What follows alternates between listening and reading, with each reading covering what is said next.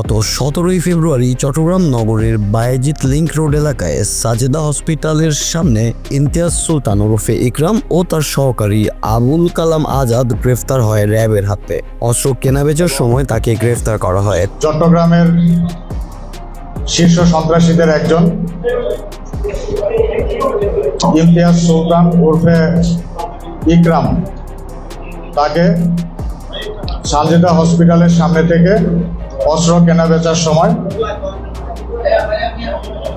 একটি পিস্তল এবং কয়েক রাউন্ড গুলি সহ গ্রেফতার করা হয়। তারপর জিজ্ঞাসাবাদে জানা যায় তার বাসায় আরও কিছু অস্ত্র আছে।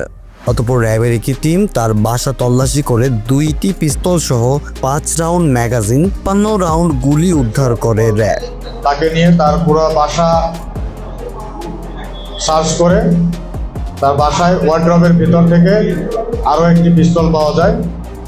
সর্বমোট 2টি পিস্তল, 5টি ম্যাগাজিন এবং 56 রাউন্ড অ্যামুনিশন উদ্ধার করা হয়। র্যাবের তথ্য মতে জানা যায় ইকরাম 2018 সালে তাসফিয়া হত্যাকাণ্ডের একজন আসামি এবং তার নামে আরও 4টি মামলা রয়েছে। 2018 সালে তাসফিয়া হত্যার পর সে ভারতে হয়ে দুবাইয়ে চলে যায়। তারপর সেখানে তার সরওয়ার বাবলার সাথে পরিচিতি হয়। র্যাবের দেওয়া তথ্য মতো ইকরাম ছোট সাজ্জাদের জন্য তার সন্ত্রাসী কার্যক্রম চালায় এবং ইকরাম, ছোট সাজ্জাদ ও সরওয়ার বাবলা এরা সবাই বড় সাজ্জাদ যে কিনা দুবাইয়ে থাকে তার জন্য কাজ করে। আজ সকালে র্যাব 7-এর একটি প্রেস ব্রিফিংয়ে এই তথ্য পাওয়া যায়। ইকরাম যে সন্ত্রাসীটা গতকালকে আমরা গ্রেপ্তার করেছি, সে এই সাজ্জাদ গ্রুপের একজন কুখ্যাত সন্ত্রাসী ছিল।